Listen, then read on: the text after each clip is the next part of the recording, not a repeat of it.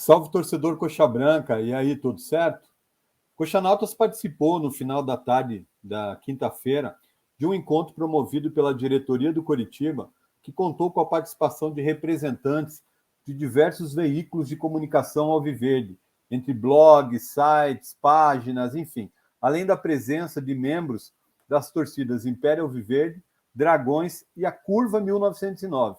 A intenção do encontro era levar informações aos torcedores do que vem sendo feito no Alto da Glória, bem como esclarecer dúvidas em relação a diversos assuntos relacionados ao Coritiba, ou seja, os torcedores que lá estiveram, eles tiveram a oportunidade de perguntar tudo aos diretores, enfim, nada foi escondido, nada foi deixado para trás, todas as dúvidas, todas as perguntas que os torcedores levaram para a diretoria do Coritiba, elas foram respondidas pelas pessoas que estavam lá presentes. O encontro ele teve aproximadamente uma duração de 3 horas e meia e contou com a participação do presidente em exercício, Glenn Stenger, dos vice-presidentes Osíris Clamas e Jair José de Souza, do diretor institucional e ex-presidente do Coritiba, Wilson Ribeiro de Andrade, além do head esportivo Lucas Drubski, que vem sendo muito questionado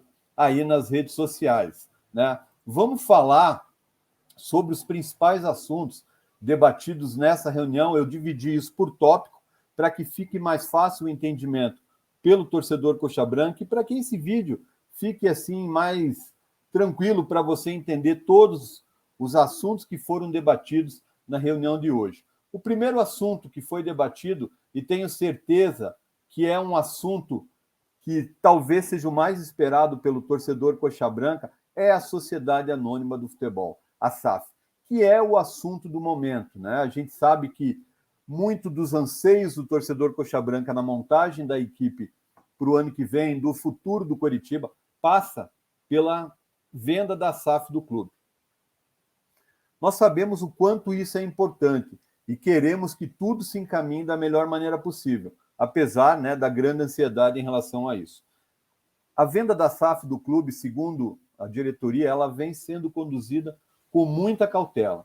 Existem algumas negociações acontecendo, mas ainda nada definido, ou seja, o martelo ainda não foi batido.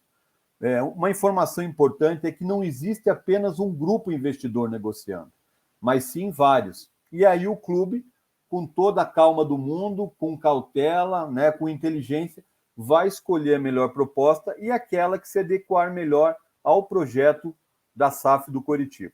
Segundo o presidente em exercício, Glenn Stenger, a SAF Alviverde ela será diferente de tudo que tem sido visto no futebol brasileiro até o momento e que atenderá perfeitamente às necessidades do clube.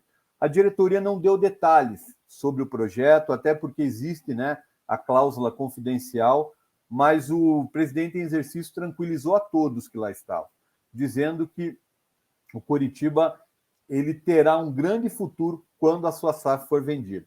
E uma informação importante, né, a diretoria ela ainda não confirmou e não deu nenhuma previsão sobre quando a SAF será vendida, sobre quando o contrato será assinado e quando o Coritiba vai poder utilizar o recurso, né, que vem da SAF. O próximo assunto, né, que foi debatido, e até foi um assunto que eu levei, eu tive a oportunidade de perguntar isso, né, às pessoas que estavam lá presentes, que, né, são responsáveis pelo Coritiba, foi a troca de treinador, a saída do Guto Ferreira para a chegada do Antônio Oliveira. Quando isso aconteceu, né, há poucos dias atrás, ficou aquelas dúvidas no ar. Por que o Coritiba mandou embora o Guto Ferreira?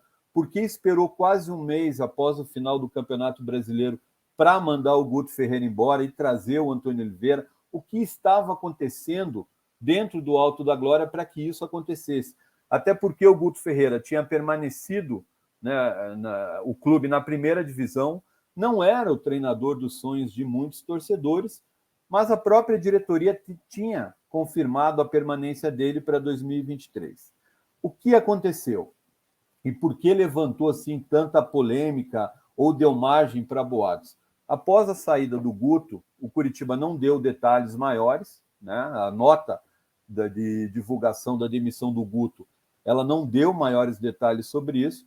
O empresário dele andou dizendo que o Guto Ferreira tinha sido demitido por um pedido de um investidor americano que compraria a SAF do Coritiba, que já estaria dando as suas cartas no clube e tinha pedido a troca do treinador e impondo a contratação do Guto Ferreira, do Antônio Oliveira.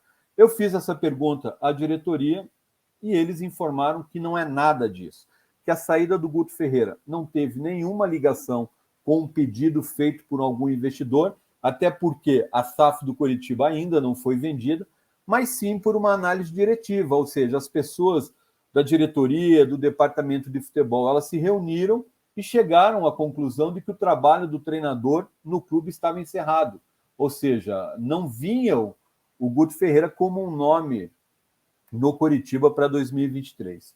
Já a vinda do técnico Antônio Oliveira, segundo, né, o vice-presidente Osiris Clamas, foi feita com muito critério.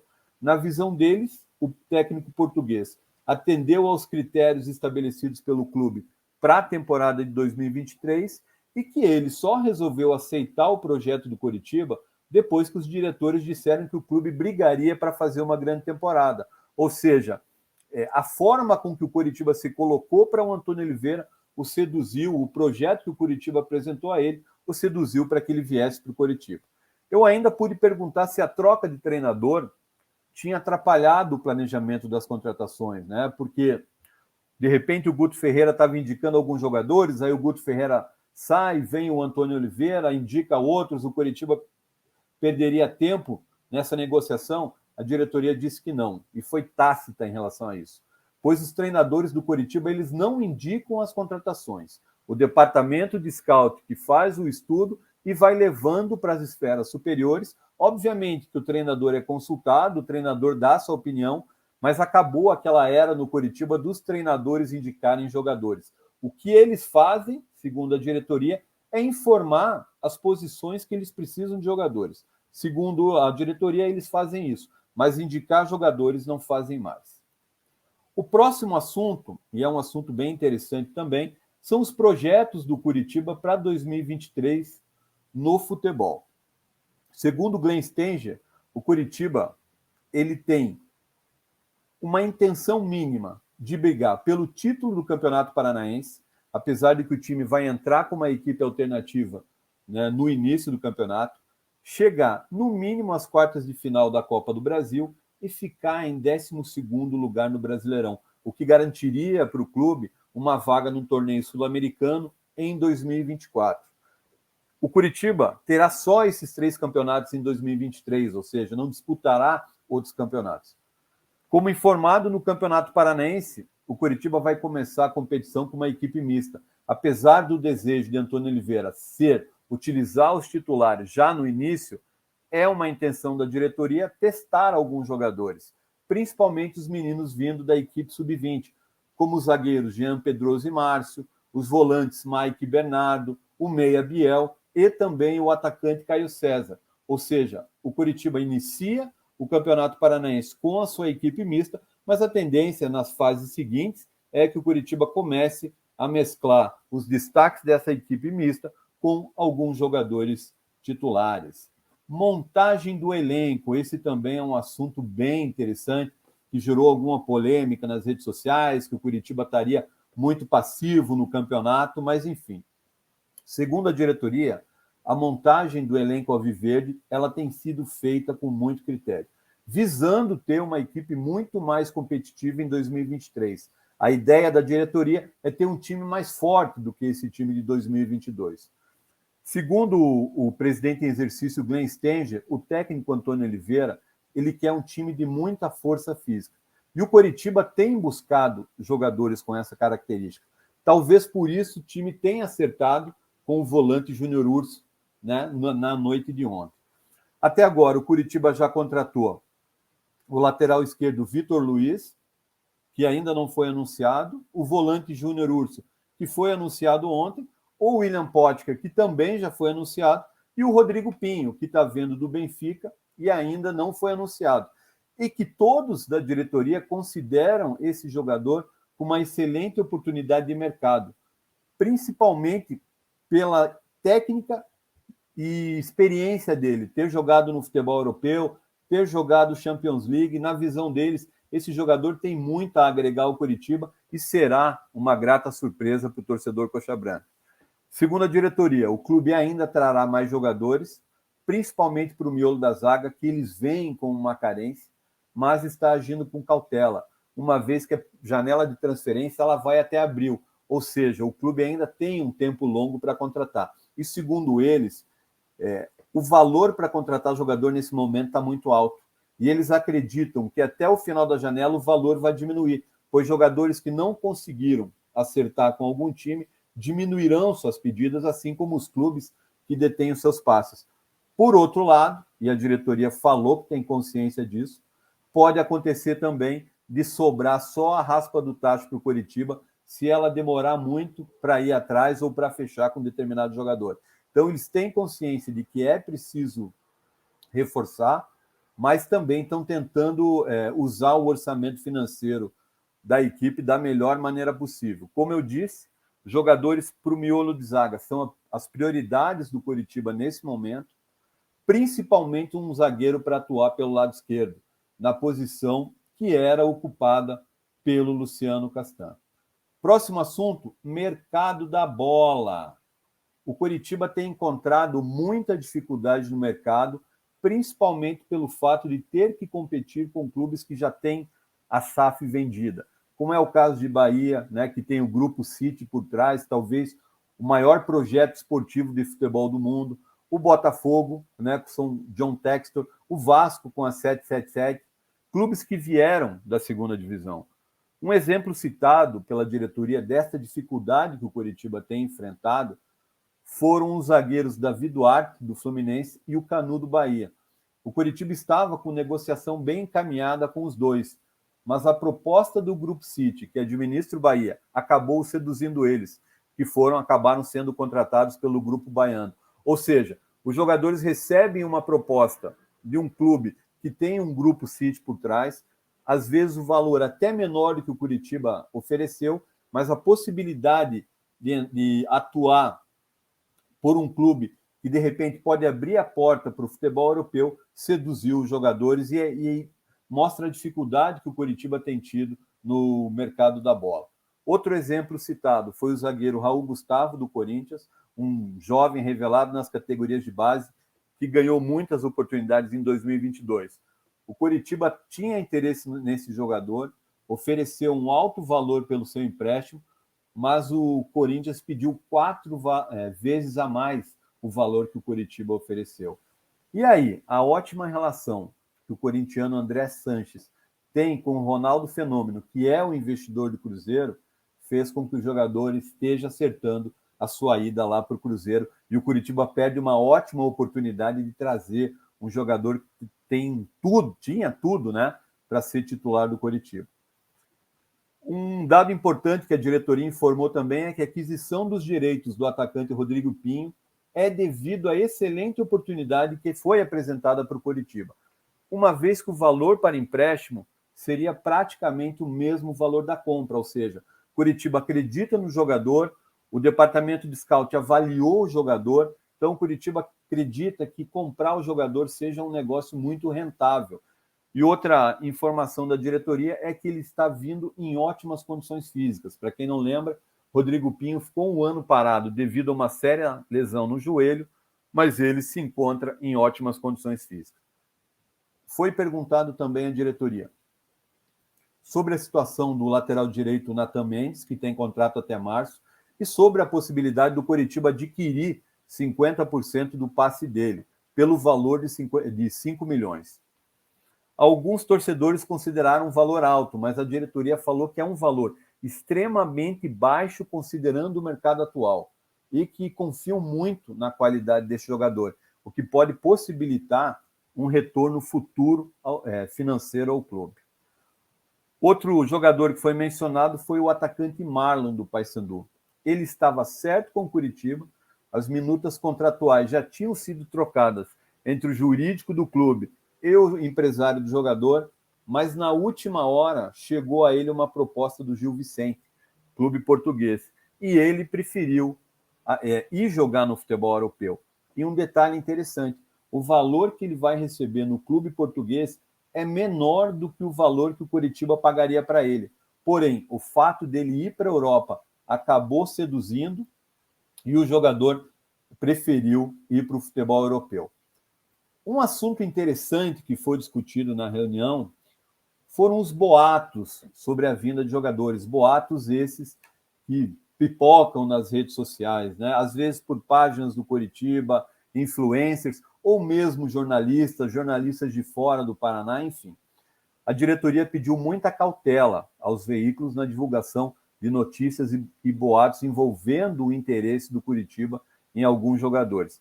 O head esportivo Lucas Drubski, ele citou alguns exemplos, por exemplo, Coritiba em nenhum momento procurou o lateral esquerdo Sander do Sport, o meia Lucas Mugni do Bahia e o lateral direito Dudu do Atlético Goianiense. Diz que foram jogadores que em nenhum momento foram citados dentro do clube ou que o clube procurou.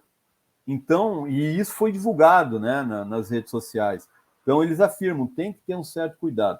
E que as divulgações acabam atrapalhando algumas negociações, pois faz com que os outros clubes interessados agilizem a negociação, inflacionando o valor do jogador. A diretoria também pediu o apoio dos veículos da torcida, entendem que as cobranças serão feitas e devem ser feitas, mas pediram que fosse feita com responsabilidade e que muitas coisas que vêm sendo divulgadas não passam de boatos e se colocaram à disposição para esclarecer qualquer assunto que envolva o Coritiba, ou seja, deixaram as portas abertas aos veículos, torcedores e páginas do Coritiba para dirimir qualquer dúvida aí que fique no ar. Eles falaram ainda que a torcida tem que ter muita paciência, pois a montagem do time está sendo feita e o Coritiba será muito mais forte em 2023, pois está voltando a ter credibilidade no mercado de jogadores. E isso faz com que alguns atletas tenham vontade de vir para o Coritiba. Ou seja, isso é muito importante. O Coritiba voltar a ter credibilidade no mercado do futebol, isso é uma coisa importantíssima. Isso faz com que jogadores eles venham, né, para cá. Você está vendo aí, agora na tela, a renovação do Jesus Trindade. Esse foi um assunto levantado, é um assunto importante. O Jesus Trindade chegou praticamente desconhecido da torcida alviverde, um jogador que veio sem muito cartaz, apesar de ter atuado pelo Peñarol, mas caiu nas graças do torcedor alviverde e vem se tornando um dos principais jogadores da equipe. O Jesus Trindade ele tem contrato até junho com o Coritiba. Porém, ele está muito feliz com o momento vivido no clube, pelo fato de ter se tornado um jogador importante, um jogador-chave no esquema tático do então técnico Guto Ferreira, e ele quer permanecer no Coritiba. Porém, ele tem contrato com o Pachuca no México. E aí o Coritiba tenta a prorrogação do seu empréstimo, pelo menos até o final do ano. Mas vislumbra também a aquisição dos seus direitos, uma vez que o valor do seu passe não é considerado absurdo pela qualidade que o Jesus Trindade mostrou dentro de campo. Esse é um assunto, pessoal, que gerou aí muitas postagens, muitas polêmicas, muita gente acreditando a demora do Coritiba no mercado de futebol devido à atuação do head esportivo Lucas Drubski, né? O Lucas que esteve ontem na reunião e pôde esclarecer muito sobre a atuação dele. Né? Ele vem sendo muito criticado pela então passividade do Coritiba no mercado. E aí quem defendeu ele foi o presidente em exercício, Glenn Stenger, dizendo que ele tem cumprido todas as suas funções no clube e que a questão de contratações não é somente responsabilidade do head esportivo, mas sim do departamento de scout, dos gerentes, né, aqueles 3 gerentes que tem acima do departamento de scout e também da diretoria. Ou seja, o Lucas não é aquele diretor que tem que sair atrás de jogadores, não. Tem todo um trabalho por trás disso, cabe ao Lucas fazer as negociações, mas antes disso tem todo um trabalho envolvendo pesquisa, envolvendo análise, e foi interessante isso, para desmistificar um pouquinho aquela questão de que o diretor de futebol de um clube ele é responsável sozinho pela contratação do jogador. E o presidente Glenn ainda falou que toda a demora na vinda de alguns reforços está dentro daquilo que o Curitiba planejou para essa temporada, mostrando a dificuldade do mercado de futebol. O próximo assunto é financeiro, patrocínios. Foi falado sobre isso também. A diretoria falou que a marca do Coritiba está muito valorizada, né? O Jair José de Souza esteve lá e ele é responsável por essas negociações, e que todos os espaços no uniforme do clube já estão fechados para 2023, com a sua devida majoração. Inclusive, ontem o Jair José teve que se ausentar antes da reunião, porque ele tinha uma negociação referente a patrocínio. Glenn falou que o Coritiba prioriza os patrocinadores que já eram parceiros do clube, mas que em caso de desistência de algum deles, já existem outras empresas querendo fechar com o Coritiba. Isso mostra que o Coritiba volta a ter a sua marca valorizada, que o Coritiba volta a ter credibilidade, né, no mundo dos negócios, e o fato de ter permanecido na primeira divisão também ajuda com que o Coritiba consiga fechar mais patrocínios e por um valor que seja mais vantajoso para o clube. O próximo assunto é a política de ingressos, meus amigos. Isso é um assunto que sempre gera um pouquinho de polêmica aí para o torcedor coxa branca. A diretoria falou que o clube continuará mantendo os valores dos ingressos cobrados nessa temporada para 2023. Durante o Brasileirão, e a gente sabe disso, gerou muita polêmica e muitos torcedores reclamaram do valor dos ingressos, que chegou a R$300 na arquibancada em alguns jogos. E muitos falaram um absurdo, e realmente você pagar R$300 para ver um jogo na arquibancada é um valor muito alto e grande parte, né, dos torcedores não tem essa condição. Porém, segundo a diretoria, a intenção, né, ao colocar o ingresso com esse valor, é ampliar e valorizar o quadro de sócios. Ou seja, nós continuaremos tendo ingressos avulsos a preço alto em 2023, visando, né, aumentar o quadro associativo do clube, que, aliás, o quadro de sócios do Coritiba, foi falado isso também, atualmente o Coritiba conta com 40 mil sócios, dos quais 36 mil estão adimplentes, pagando religiosamente a sua mensalidade em dia. Isso é um número muito alto. Eu até achei que o número seria em torno da casa dos 25 mil, no máximo 30 mil, mas 36 mil realmente é um número muito interessante. A meta da diretoria, e eles acreditam que isso é possível, é chegar aos 45 mil associados até o Campeonato Brasileiro. Isso vai depender muito do torcedor coxa branca, porém depende muito também do rendimento dentro de campo. A gente sabe disso, que a motivação do torcedor ela está muito ligada ao desempenho do time dentro de campo, e até por isso a diretoria tem informado que vai montar um time forte, pois também acredita que um time forte dentro de campo pode puxar a torcida a se associar. O próximo assunto, né, um assunto que também já vem há muito tempo, é um assunto que vem há anos sendo discutido aí na comunidade de Coxa Branca, é a modernização do estádio Couto Pereira. A diretoria falou que não tem maquete, que não vai fazer maquete, e isso até virou motivo de chacota na história do Coritiba, né? Toda a diretoria que assumia, às vezes em momento de crise, ela vinha com essa história da maquete, mas a diretoria diz que não. O que existe atualmente é um plano diretor para a modernização do estádio Couto Pereira, que inclusive foi apresentado ontem mesmo à diretoria. O presidente Glenn se mostrou muito otimista, muito... a palavra não me fugiu um pouco a palavra, entusiasmado. Ele se mostrou muito entusiasmado com o plano diretor que foi apresentado a ele. O projeto agradou bastante, porém, a execução deste projeto, que é para os próximos anos, depende de recursos oriundos da SAF. Ou seja, sem dinheiro da SAF, não existe a possibilidade de executar esse projeto, até porque é um projeto caro. Quando executado na visão da diretoria, o Couto Pereira passará a ser um estádio moderno, um estádio multifuncional, gerando diversas receitas ao clube.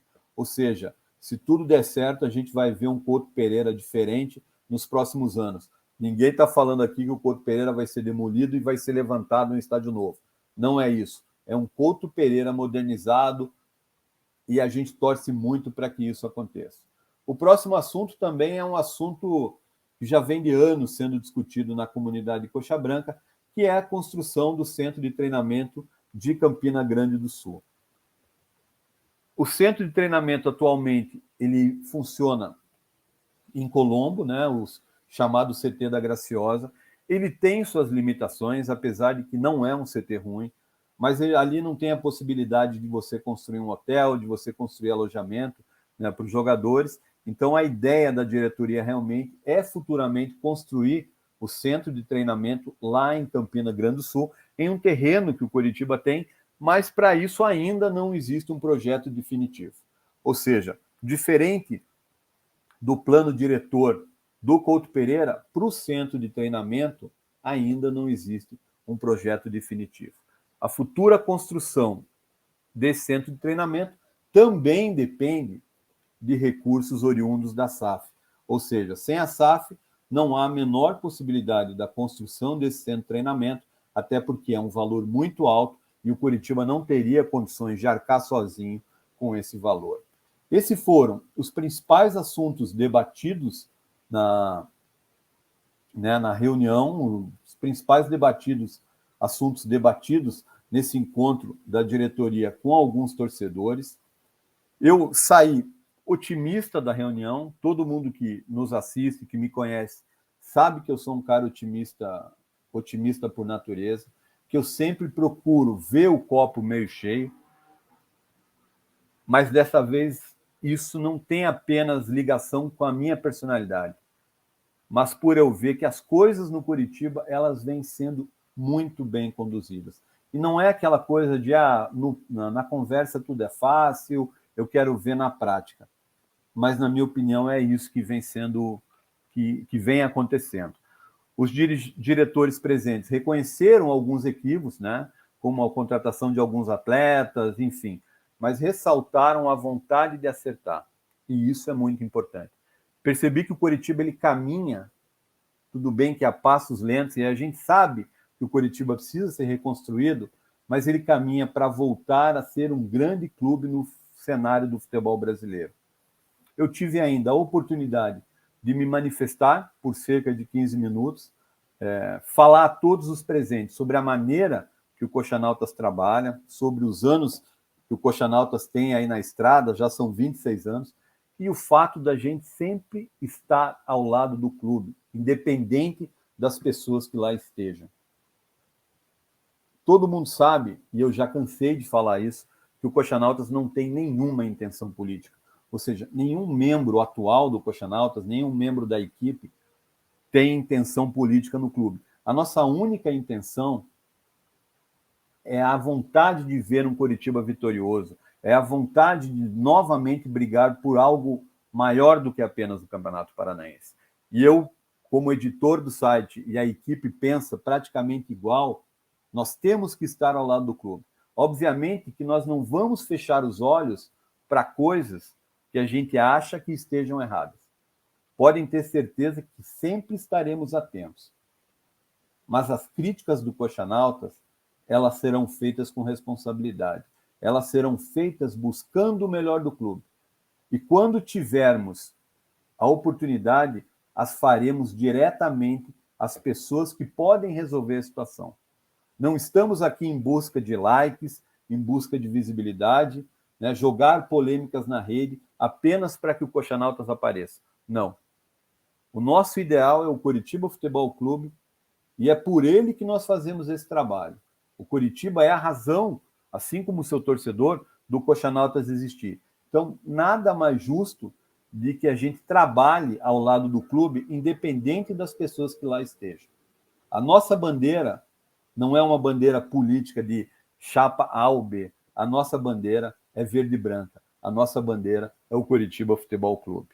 Podem ter certeza que o Coxanautas sempre vai estar cobrando aquilo que seja necessário e sempre vai estar, não só ao lado do clube, como também do torcedor coxa branca.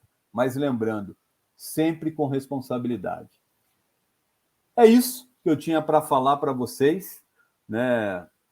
Foi muito interessante a reunião, realmente, trouxe assuntos importantes, pudemos esclarecer algumas coisas, e eu estou muito otimista aí com o futuro do Coritiba. Se você gostou desse vídeo, não deixe de deixar seu like, ele é muito importante para que o Coxanautas continue crescendo ainda mais e YouTube, divulgue o nosso trabalho. Não deixe também de se inscrever no canal e ativar o sininho para não perder nenhum vídeo do Coxanautas e assim poder ficar por dentro de tudo o que está acontecendo com o Coritiba e o que a gente está trazendo para você e estará trazendo para você. Até porque em 2023 a gente vai estar de volta com muitas novidades aí para o torcedor Coxa Branca. Coxanautas deseja a todos vocês um Feliz Natal e que o ano de 2023 seja vitorioso para o Coritiba e muito feliz para a torcida Coxa Branca. Um grande abraço a todos e até a próxima.